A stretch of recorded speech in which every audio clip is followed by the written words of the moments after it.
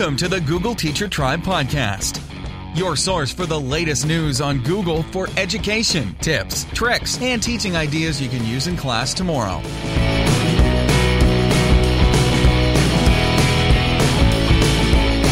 And here are your hosts, Matt Miller from DitchThatTextbook.com and Casey Bell from ShakeUpLearning.com.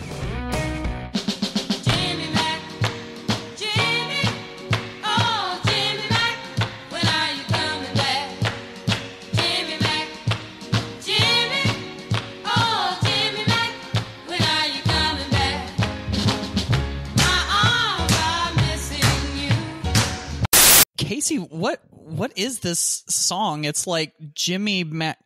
Oh, wait a second. I think I know what this is.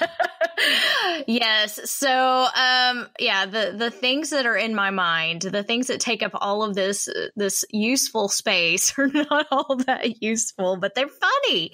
So, right. The more like I call you Jimmy Matt, and the more that stuck in my head, I'm like, and I think I even said earlier, it'd be way more Texas if you were named Jimmy Mac, or Billy Mac, or Earl, or something like that. But right. I was like, why is Jimmy Mac in my head? Because I don't know anybody named Jimmy Mac. But then the song popped into my head. Oh, Jimmy Mac, are you coming back? And I just started like cackling. These are the things that I do, folks. Like I just start. There's all kinds of inside jokes in my head, but since so many people have caught on to the Jimmy Matt phenomenon, I thought I should share the wonderful song. And it's a great song from Martha Reeves and the Vandellas. And so now everybody can sing along, only you're going to say Jimmy Matt instead of Jimmy Mac. That's right. There you go. All right. I'm going to have to learn the words to this song now. I'll have to download it onto my phone and listen to it on the way home or something. Oh, yeah, it's complicated. And someday we will do Jimmy Matt karaoke, I'm sure. Don't hold your breath on that one.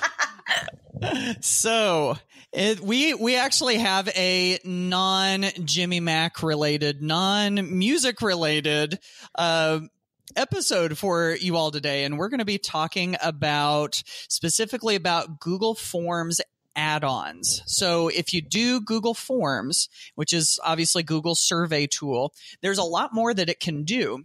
And I think sometimes when people hear about add-ons, they're kind of scared off by the idea. But really, a lot of the things we're going to talk about today, once you know what they do and you kind of tinker with them a little bit, it's kind of amazing what is possible. And you can, of course, impress your friends, win friends and influence people and all of that stuff with these add-ons. So we'll be talking about that. We'll have news and updates, of course, as well as mailbag, feedback from our listeners, and a couple of blog posts. So, all right, Casey, you ready to get started? Let's go.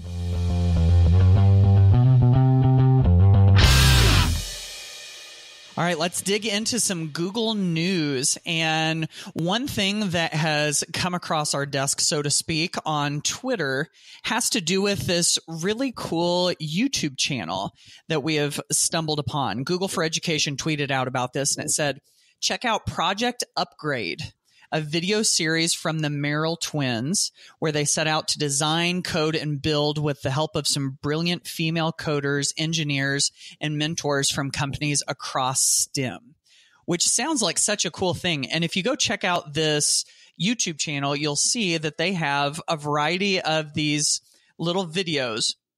And they're composed by these two girls. And, this is just kind of a running theme that adds even more resources to something that I know Casey and I feel pretty strongly about, and that is encouraging our girls to go into math and science and STEM and coding and engineering and all of that stuff. And so just being able to see a couple of young ladies that are interested in that and how they've gotten in contact with some women who are out in the workforce doing that as well, I think could be a really huge encouragement to girls all over the place. So I really, really like this YouTube channel.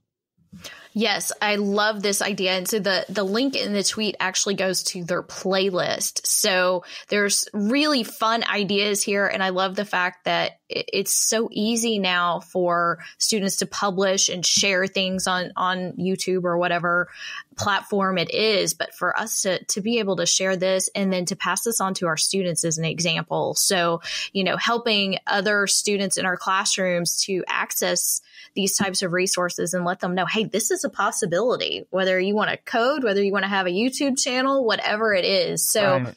Love it, and love the fact that Google is supporting that and encouraging young girls and women to code. Mm-hmm. So the next thing that I want to share is another one of those little awe moments for me. Let me tell you, I am a dog lover, and this is Pup View from the home of Japan's Akita dogs. And so the Akitas, oh my goodness, I just want to get my hands on one of these right now. They are so stinking cute. And so what they have done now is you can go into Street View and see these dogs in their natural habitat, in the snow, in the mountains of northern Japan. These big fluffy dogs that are incredibly loyal are all built into Street View. I feel like we almost always have the arts and culture thing that pops up in the news. Street View is another one that seems to be really getting a lot of updates and the ability to build these types of things in. So they do have some video in here, and of course it's 360, so you can explore this in 360 through Street View and see these adorable dogs. I'm distracted now. Let's just put it that way. Oh, you got to go see the dogs in 360. You got to go try it. It's good stuff. Now, sticking to the idea of some really nice visuals. This was not as good of a transition as I hoped it would be. It's okay. We're going to go with it. So we're going to stick with the idea of video here, and specifically the EDU and 90 videos that Google's that Google for Education puts out. And these are those little short videos that are made for educators to give us ideas. And one thing that we do love about Google Classroom is that there are constant improvements being made to it, but B, more and more services and more apps are starting to integrate with Google Classroom, and EDU and 90 spells out some of those new connections that you can make with Google Classroom, right? Yes, since Google plays well with others, they actually allow other applications to connect in, and we get that beautiful share to classroom button. And so many applications now connect back to Google Classroom so that we can use our favorites all in conjunction with our favorite classroom tool here. And I've blogged about this, and every time I blog about this, somebody's like, you left this off. I'm like, I can't even keep up anymore. It's not an exhaustive list, but there's so many that come out, and several were just released, and I think that's why they just released this. EDU and 90 was sort of to announce some of those. So there's some exciting things in the works with Google Classroom. Yeah, definitely.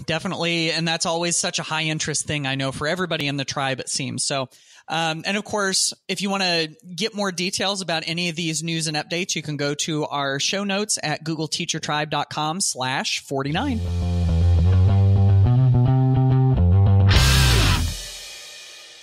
Okay, y'all, let's jump into some forms add-ons.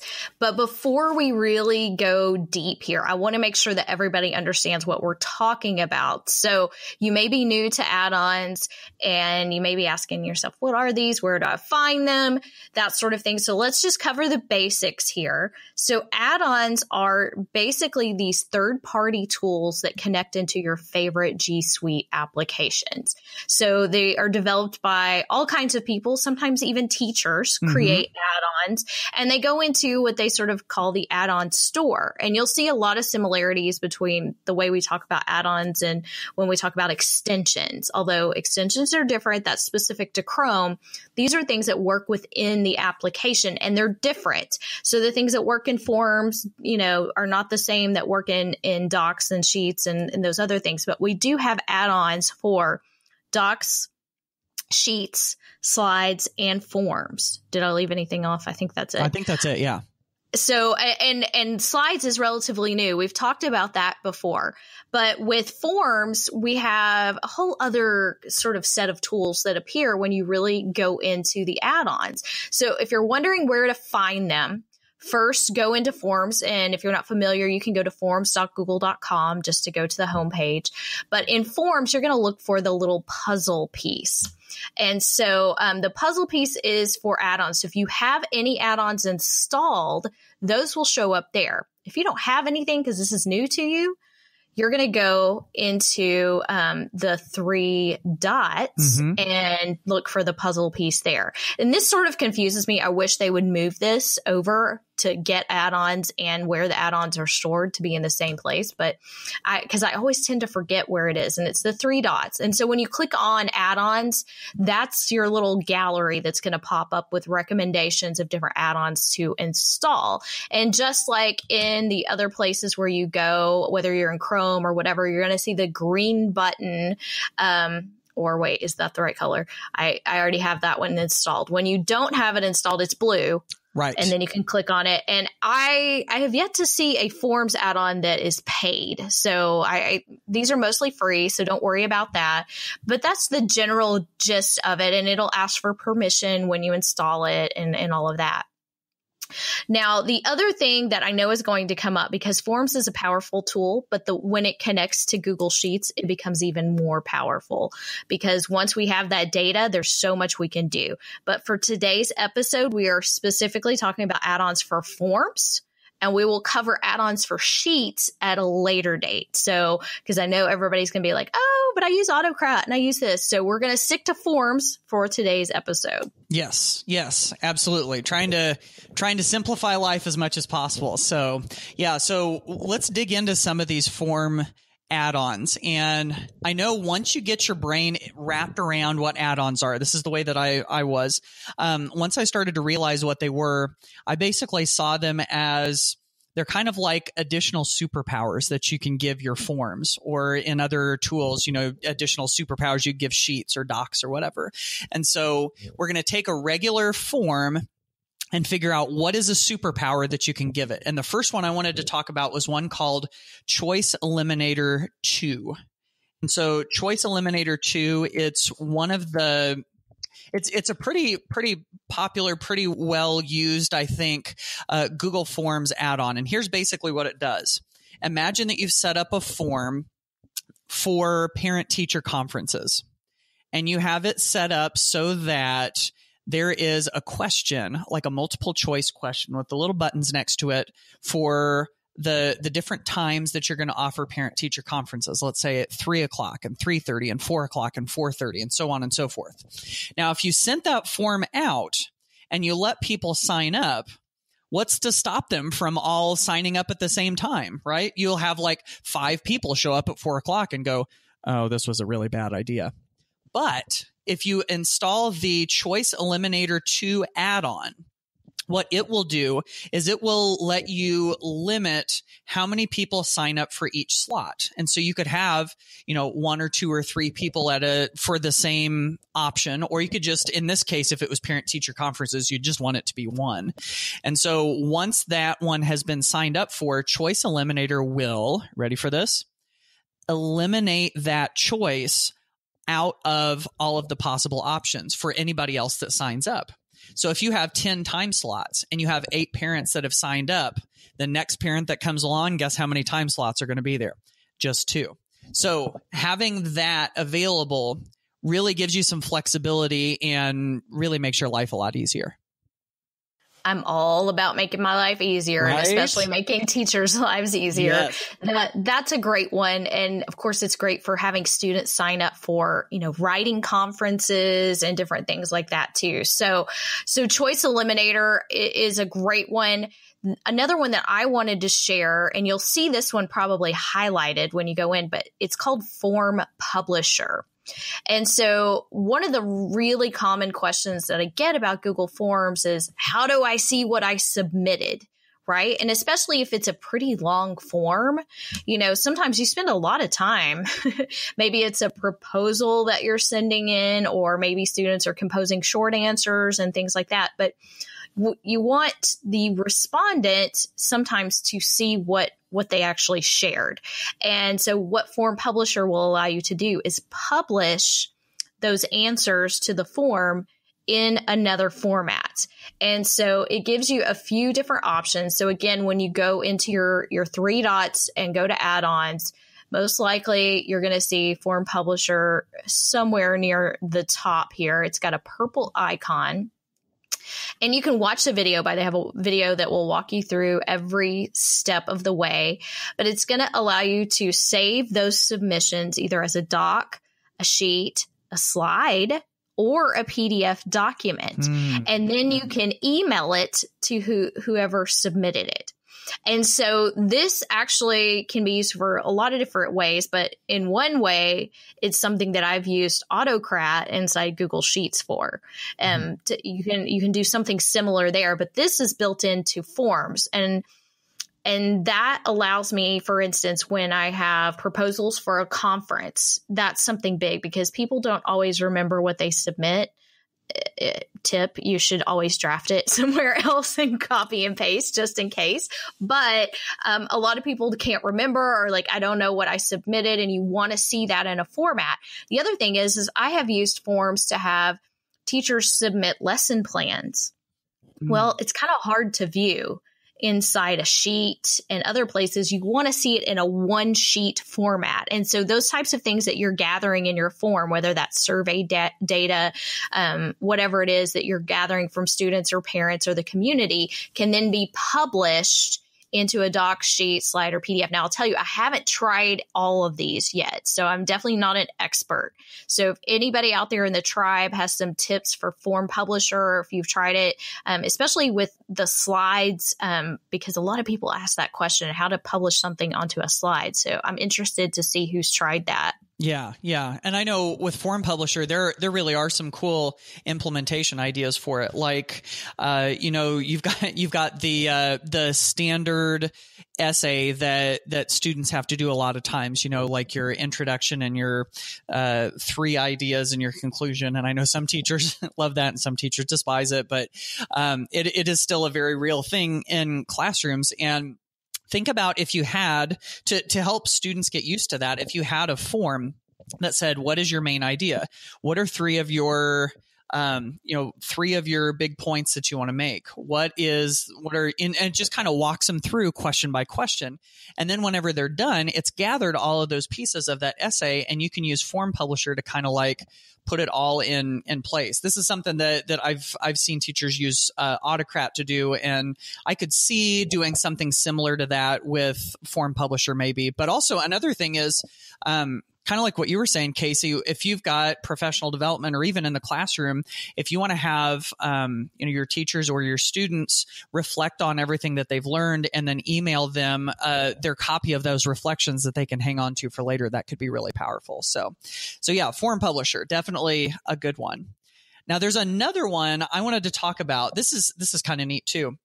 I know of some teachers in some classrooms, library media specialists, this one goes over well with them too, where you've got something that you need to check in or check out. Sometimes it's equipment.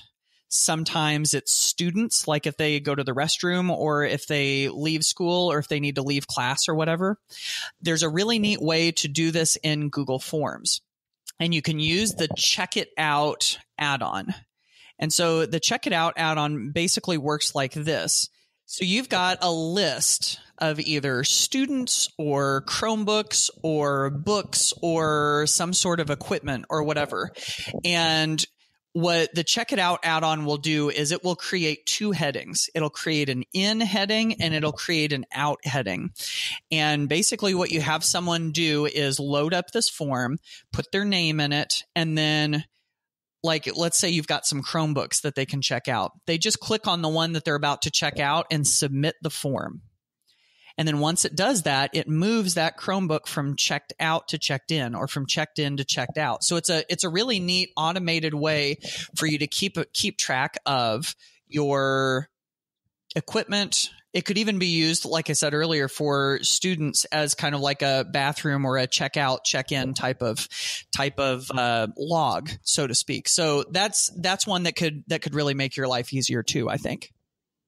Yes, that's a new one for me too. I knew that there was something similar that works in Sheets, but that's a huge request. It's so hard to manage the devices that we have, and so many people are looking for ways to do that. And so many schools are still forcing teachers to go to the library and pencil it in on a piece of paper. So go digital, folks. That way everybody knows what is actually reserved, right? I can't tell you how many arguments I have seen in schools over who had what, right? Right. Now, the other thing that I wanted to mention, this one's actually new to me as well, but it looks really cool. So there's an add-on called Certify-em. And so again, because Forms itself is becoming more powerful on its own, that you don't have to do so much just in Sheets with the data, that you can do things inside Forms. What this is going to do is going to help you create certificates based on the data that is submitted through the form. And they have ready-made templates that you can add. You can determine what the passing grade is to get it. So if you're using this in the classroom and maybe you're giving a certificate for some sort of accomplishment, maybe it's a badge type of certificate as well. So you can link those two together. And of course, I know what Matt's thinking. In our world, as people who lead professional development, we give certificates for attending different types of conferences, right? Like it's that textbook conference and other types of things. Ed camps use these all the time. So it's great to get a little evaluation and feedback on whatever happened at the training session or the ed camp or the conference. And then you can tie that to their certificate that will magically be emailed to them. And of course, if you want to get some more information about any of these, we do have some links and some more resources for you at the show notes at googleteachertribe.com/49. The Google Teacher Tribe podcast is a proud member of the Education Podcast Network. The Education Podcast Network. Podcasts for educators, podcasts by educators. For more great education podcasts, go to edupodcastnetwork.com. All right, Tribe, it's time to hear from you. And the voice of the tribe that we're going to be hearing this time comes from Sean Fahey, a fellow Hoosier educator, another teacher from Indiana, just like me. And Sean is going to be talking about a cool Google hack with Google Drawings that you can do and actually take a step further than we had it. So, Sean, take it away. Hey, Matt and Casey. Just listened to the podcast about Google hacks, and I heard that you mentioned the insert a video into Google Drawings. You can actually take that step one further by inserting a video into a Google Doc. And to do that, you're going to do the same steps of inserting a video into Google Slides and copying that thumbnail video picture that it has there. And when you go to Google Docs, can't just paste it right in or it'll just be the image. But what you're going to do is you go to insert drawing and then copy and paste that thumbnail into Drawings. It will be like an embedded video there right in the Google Doc. And you just click save and there it is. And to watch the video, all you have to do is double click a few times and you will be able to watch that YouTube video or video from Drive right there into Google Drawings. This is really great if you're creating a HyperDoc or other type of lesson activities in Google Docs. Take that hack one step further by inserting into Google Docs. Yes, this is such a good suggestion. And I didn't realize that it would go as far as all the way into Docs. And Sean, I actually have to give Sean a special shout out here because he was the one that I heard about the Google Drawings hack. I heard it from him first, and now he's actually taken it a step further. And boy, this really is a nice feature to be able to add on to HyperDocs, isn't it, Casey? It is. It's a great idea. And in fact, it's a great segue into our next question, which has to do with this. So the question comes from Becca Pierce in North Carolina, and she's actually a new listener. So thank you, Becca, for listening to us and being a part of the tribe. But she is really investigating HyperDocs, and what she discovered was that as she's making a copy of some of these, there are Google drawings that are actually embedded inside a Google Doc. And so this is what her question was, is how do you do this? How do you recreate this? And she has students who are trying to do some things with fractions and type in answers, but she hasn't been able to recreate it. So to answer your question, Becca, the insert drawing feature works inside docs and sheets. And if you go up to the insert menu and click on drawing, this is where you get a pop-up window of Google Drawings. And again, I always say this, but I feel like a lot of people don't understand what drawings is because it looks so plain when you initially open it. And the toolbar is a little even smaller and more limited when you open it inside the doc. It looks just a little bit different than when you go straight to drawings. But this is where you can do those types of things. So for instance, I always use the example of creating a Venn diagram. Because it's really easy and quick to do. You can go into the shapes, and insert your two overlapping circles and create a Venn diagram that is then editable. And it's inside that Google Doc. So if that's a HyperDoc or just a document that kids are working in, they can use the value and the features of Google Drawings, but use it inside a doc. And so they can go in and add text boxes and do those types of things that you can't do in docs, or if you've ever tried, you have pulled your hair out like I have. So it's just a special feature, and it's a really unique feature, and especially inside HyperDocs that are so interactive, it can really be powerful. Yeah, that is an amazing feature. So thanks again to Becca and to Sean for adding something to the tribe today. And if you've got something that you want to share or a question that you want to ask, feel free to go to googleteachertribe.com to leave us a voice message or shoot us a message. And of course, you can always use the GT Tribe hashtag on Twitter. So we would love to hear from you.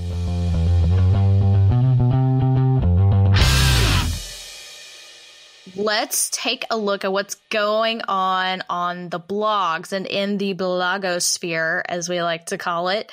So, Matt, you have a very interesting post from Caitlin Tucker. Yes, I do. I love Caitlin's blog, and I love her just perspective on teaching and learning and, helping kids to take control of their learning. And she's got this great post called "Students Learn More When They Do the Work." And I won't give away all of the details here, but she outlines the traditional teacher-led approach where the teacher assigns the work and collects and everything. And then she compares it to a student-led approach where the student writes and then submits something to Grammarly to get feedback. This is sort of like a writing activity. And then the teacher provides something and the student reflects. It's kind of a vague way of of explaining this post, but I love the fact that she's giving us yet another way to put learning and to put responsibility in the students' hands instead of trying to do it all ourselves. So definitely go check out that post by Caitlin Tucker. Fabulous post, and she is a great one to follow and has some amazing books as well. So be sure that you follow Caitlin. Now, I have a little bit of a selfish share today, but all goes well. Of course, we're recording slightly ahead of time, folks, so I am just a little bit paranoid that this is not the exact date. But my book is supposed to come out this week. Woo! Yay! Yeah. I am so excited and worried and scared and stressed, and I'm just putting myself out there. But as long as everything goes as planned, it will actually be available by April 4th. However, pre-sales should still be going on before then. So go to shakeuplearningbook.com to learn more about the book and how you can make the learning in your classroom more dynamic. Yeah, I love this idea. I've gotten to take a little sneak peek at this book. And I love the idea of dynamic learning so that learning doesn't stop when it gets turned in, and just a lot of the things that technology can do to really shake up learning. See what I just did there? Right. So definitely a book that you want to check out. And so this is a great way to get on the Shake Up Learning book bandwagon right away.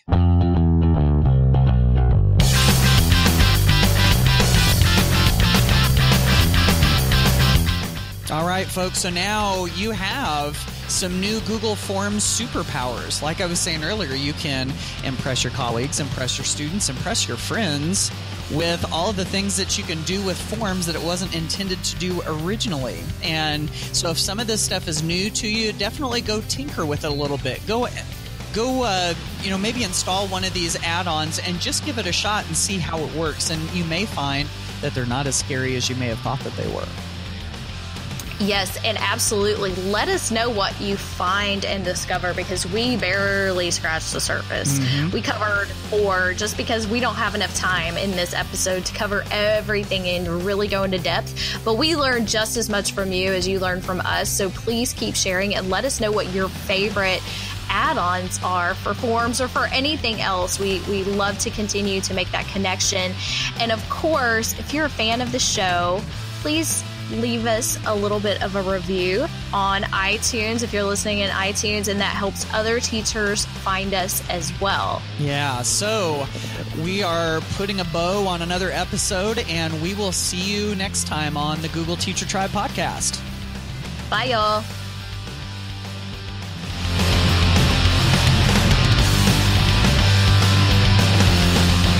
Thanks for listening to the Google Teacher Tribe podcast. Keep up with every new episode by subscribing on iTunes, Google Play, or Stitcher, and by visiting GoogleTeacherTribe.com. Get in on the conversation on Twitter by using the hashtag GTTribe. Until next time, keep harnessing the G Suite power, and may the Googles be with you.